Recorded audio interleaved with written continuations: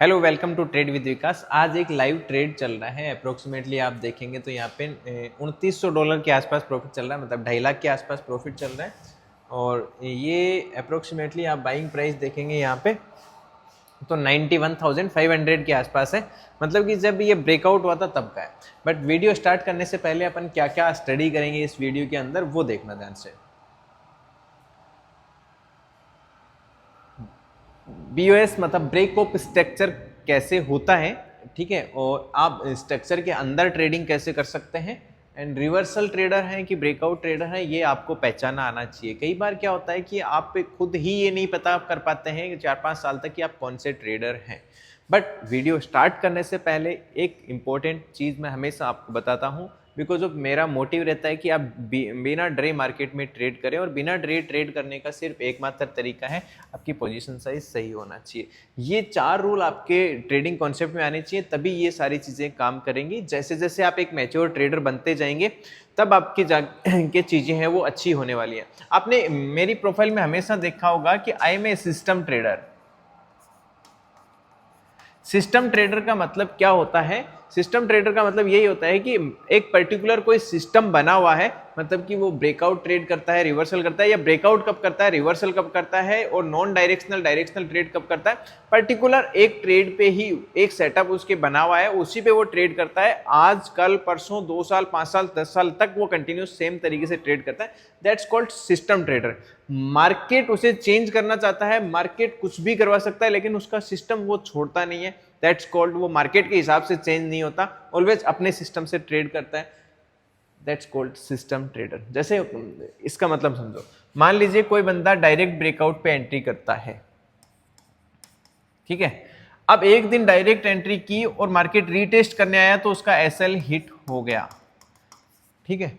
अब अगले दिन उसने क्या किया कि अब आज से मैं रीटेस्ट पे एंट्री करूंगा। तो अगले दिन मार्केट ने जब ब्रेकआउट किया तो मार्केट सीधा ही चला गया और वो रीटेस्ट के चक्कर में रह गया।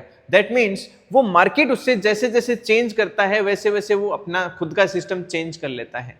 लेकिन हमेशा ध्यान रखना, जो बंदा एंट्री डायरेक्ट करता है उसे डायरेक्ट रहना चाहिए, और जो रीटेस्ट पे करता है उसे हमेशा रीटेस्ट पे ही रहना चाहिए, या उसे 50-50% क्वांटिटी लॉजिक है वो जो क्लास में मैंने बता रखा है वो अप्लाई करना चाहिए। आप अपने सिस्टम पे टिके रहो, नहीं तो आप क्या करेंगे, एक दिन डायरेक्ट पे एंट्री करेंगे, अगले दिन आप रीटेस्ट पे करेंगे तो आपको हमेशा ट्रेड छूट जाएंगे। जब आप करने वाले थे, अच्छा प्रॉफिट होने वाला था, उस टाइम ट्रेड छूट गया, जब आपने किया तब आपका स्टॉप लॉस हो गया। तो दैट्स कॉल्ड, आप अपने हिसाब से ट्रेड नहीं कर रहे, आप मार्केट जैसे जैसे आपको चेंज कर रहा है वैसे वैसे आप चेंज हो रहे हैं। रिस्क मैनेजमेंट ये आपका होना चाहिए, राइट पोजीशन साइज होना चाहिए कि आपका कैपिटल कितना है, उस पर कितना आप क्वांटिटी लेना चाहिए, वो रिस्क मैनेजमेंट से। फिर सबसे अच्छा आरआर रेशियो, मतलब रिस्क रिवॉर्ड रेशियो आपका मिनिमम टू मिनिमम 1:1.5, फिर 1:2 या उससे ज्यादा आप ट्रेल कर सकते हैं। और आपको आपका एमडीडी मतलब मैक्सिमम ड्रॉडाउन पता होना चाहिए। ये सारी चीजें वैसे भी मैंने आपको क्लास में बता रखी है। अभी अपन देखेंगे कि ब्रेकअप स्ट्रक्चर पे कैसे ट्रेड किया जाता है और रिवर्सल्स पे अपन कैसे ट्रेड करते हैं। यहां पर आप चार्ट में देखेंगे, मैं चार्ट को थोड़ा बड़ा कर देता हूं, ठीक है। आप चार्ट में देखेंगे मार्केट में एक यहाँ पे सप्लाई जोन बना हुआ है, यहाँ पे डिमांड जोन बना हुआ है, ठीक है। मार्केट जैसे ही डिमांड पे जा रहा है और मार्केट वापस ऊपर आ रहा है, वापस डिमांड पे जा रहा है, वापस सप्लाई तक जा रहा है और वापस नीचे आ रहा है। अब इस दौरान मार्केट में जो रिवर्सल ट्रेडर है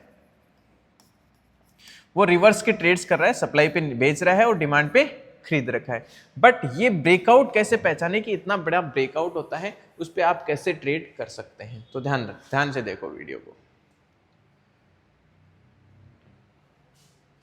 जब मार्केट इस सप्लाई एंड डिमांड, जैसे मार्केट डिमांड पे आया यहां से बाउंस कर रहा है, अगेन डिमांड पे आया बाउंस कर रहा है, और कहां तक जा रहा है, सप्लाई तक जा रहा है। बट यहां पे भी सप्लाई पे गया, सीधा 2 कैंडल के अंदर डिमांड पे आ गया, अगेन मार्केट डिमांड से उठा, कहां तक गया, सप्लाई तक। अब ये ऐसे बड़े मोमेंट्स को कैप्चर कैसे किया जाता है उसको ध्यान से देखना। इसमें आपको कॉन्सेप्ट अप्लाई करना पड़ता है। ये आपके पास एक स्ट्रक्चर बना हुआ है, ये जो बना हुआ है वो क्या बना हुआ है, एक बीओएस बना हुआ, मतलब स्ट्रक्चर बना हुआ है। अब स्ट्रक्चर के अंदर आप जो ट्रेड करते हैं, ठीक है, स्ट्रक्चर के अंदर आप रिवर्सल ट्रेड्स करते हैं।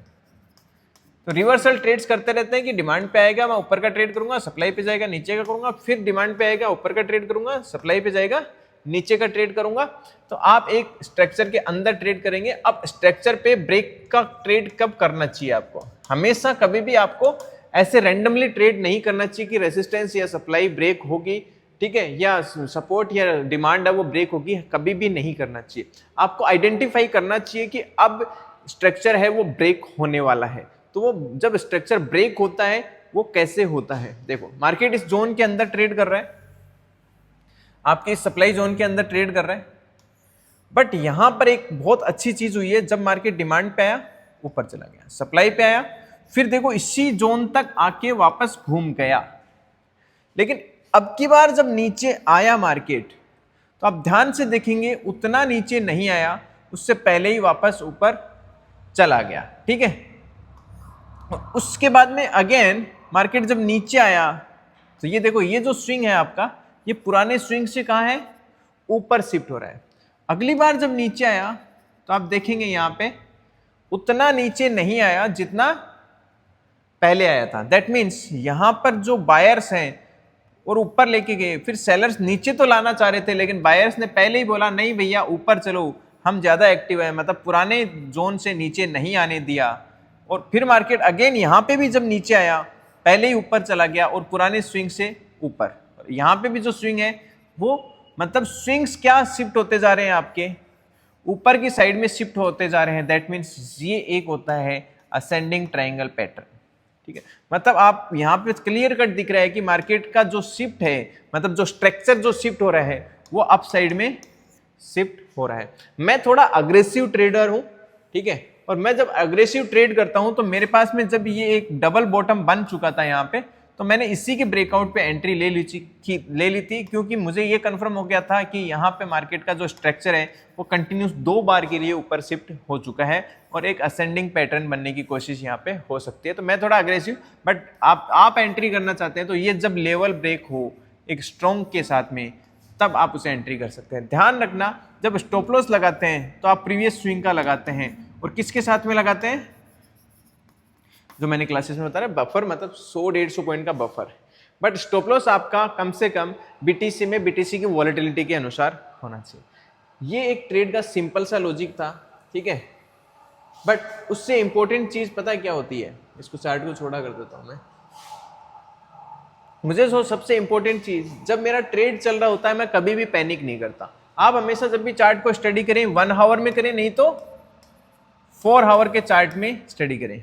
तो आपको ये पता चल गया होगा कि रिवर्सल ट्रेड्स के जब अंदर करते हैं तो वो स्ट्रक्चर के अंदर ट्रेड होता है, और ब्रेकआउट ट्रेड के लिए आपको ये पता होना चाहिए कि मार्केट का स्ट्रक्चर किस तरीके से शिफ्ट होता है। और ये जब स्ट्रक्चर शिफ्ट होता है तब आप ब्रेकआउट पे ट्रेड करते हैं। अभी मैं जब ट्रेल कर रहा हूं तो कैसे ट्रेल कर रहा हूं? मार्केट में आया, वापस नीचे आया, एक फ्लैग बना, ठीक है, फिर मार्केट ब्रेकआउट कर गया, बट मेरे लिए एक स्विंग है, तो मेरा पहला स्टॉप लॉस ट्रेल हो गया यहां पे कि इससे नीचे आएगा तो मैं एग्जिट कर दूंगा। और अभी मेरा ये प्लान है कि मार्केट अगर यहां से ये जो स्विंग नया बन चुका है, मतलब मैं ऐसे स्विंग्स के अनुसार इसे ट्रेल करता जा रहा हूं कि इस स्विंग से नीचे आएगा तो मैं इसे क्या कर दूंगा? एग्जिट कर दूंगा, ठीक है। कुछ पार्शियल क्वांटिटी में ऐड कर सकता हूं, मैं इसमें कुछ क्वांटिटी ऐड भी कर सकता हूं, कुछ क्वांटिटी यहां पे सेल भी कर सकता हूं, बिकॉज ऑफ वो पार्शियल प्रॉफिट बुक हो सकता है, ठीक है। बट यहां पर आप रिस्क रिवॉर्ड रेशियो देखेंगे,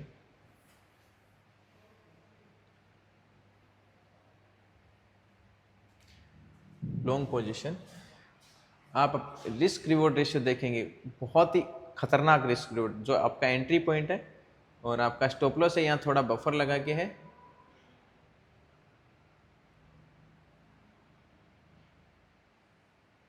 अभी जो चल रहा है मतलब 1:5 चल रहा है, 1:7 रिस्क रिवॉर्ड रेशियो तक, इसको बोलता है रिस्क रिवॉर्ड रेशियो। कि मतलब अगर आपका 35% विन रेट भी है तो भी आप बहुत अच्छा प्रॉफिट कैप्चर कर सकते हैं। लोग क्या करते हैं, 90% विन रेट वाली स्ट्रेटजी के पीछे भागते हैं, 80% विन रेट वाली स्ट्रेटजी के पीछे भागते हैं, और वो मार्केट में मिलती नहीं है और वो मार्केट में ट्रैप होते रहते हैं। आपके पास में अगर 30, 40, 50% विन रेट है बट रिस्क रिवॉर्ड रेशियो है, तो आप बहुत अच्छे से मार्केट में ट्रेड कर सकते हैं सिंपल तरीके से, ठीक है। और क्रिप्टो में वैसे भी आपको छोटी कैपिटल से ट्रेडिंग स्टार्ट हो जाता है, वैसे टेंशन करनी, बट आप फोकस करें राइट रिस्क रिवॉर्ड रेशियो पे, ठीक है। क्रिप्टो में ऑप्शन हेजिंग के ट्रेड्स भी मैं आप लोगों को शेयर करता हूँ। ठीक है।